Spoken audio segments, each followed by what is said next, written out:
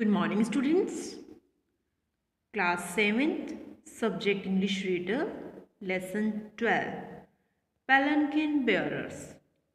Students, आज हम करते हैं पार्ट सी, क्वेश्चन आंसर हैं जो सी पार्ट में answer this questions about the poetic devices in the poem.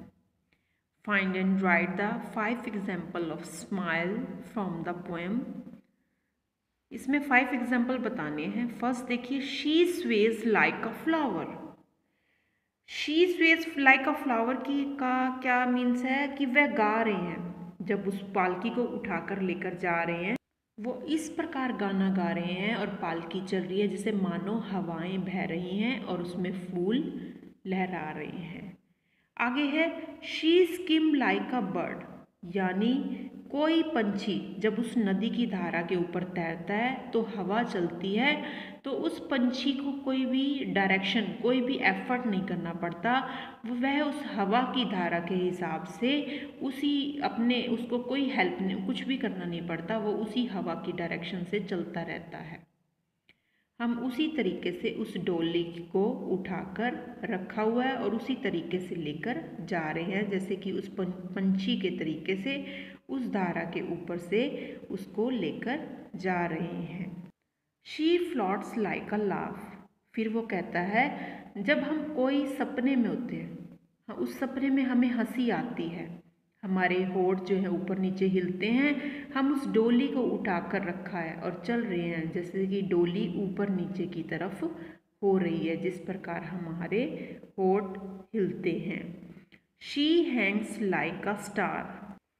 She Hanks like a star का मीनिंग है, धारक कहते हैं जब जब हम गीत गाते हैं उस गीत में हमें ऐसा लगता है कि जो दुल्हन है वो टिमटिमाते तारे की तरह लगती है, हमारे गाने में उस टिमटिमाते तारे की तरह दिखाई पड़ रही है. She falls like a tear. She falls like a tear का मीनिंग है, जब कोई भी महिला या लड़की अपना घर छोड़कर जाती है, वह बहुत ही ज़्यादा उसे दुख लगता है, वह रोती है और उसके आंसू कुछ इस प्रकार से बह रहे हैं मानो कि जैसे आंसू का झरना बह रहा हो. Now second question, give 2 example of alliteration. She floats like a laugh from the lips of a dream and she springs like a beam on the brow of the tide.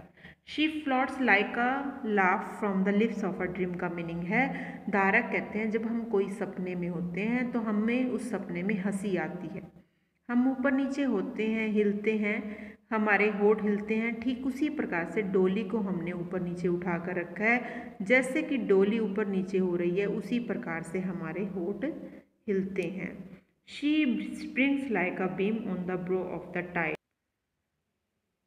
इसमें कहता है कि छोटी लहर के बाद समुंदर में ज्वार आता दिखाई देता है. छोटी लहर के बाद बड़ी लहर आती है, शुरुआत होती है, फिर वो छोटी जो लहर पर पड़ती है उसकी किरणें, वह बहुत तेज़ी से उस रोशनी की किरणें छोटी सी लहर पर पड़ती है. जब उन छोटी सी लहरों पर पड़ती है एक बहुत सा सुंदर सा दृश्य बनाती है.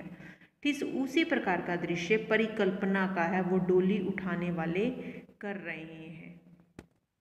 Right the rhyming scheme of the first stanza of the poem. First stanza में कौन कौन सी राइमिंग स्कीम है? ए बी बी सी सी.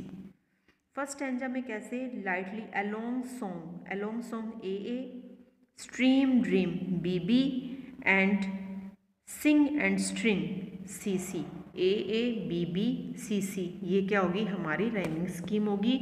ये देखिए, along song A, stream dream B and sing and string क्या होगी? हमारी सी. ये हमारी होगी right the rhyming scheme of the first stanza of the poem.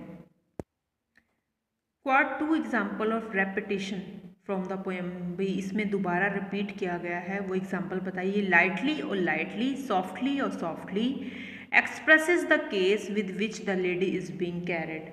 जो धारक पालकी को उठाकर लेके जा रहे हैं बड़े ही कोमलता से, बड़े ही नाजुकता से, लाइटली उस डोली को उठाकर रखा हुआ है उन्होंने जिसमें दुल्हन बैठी हुई है, उसमें साथ साथ लेकर बराबर उठाकर सभी लोग पालकी को लेकर जा रहे हैं.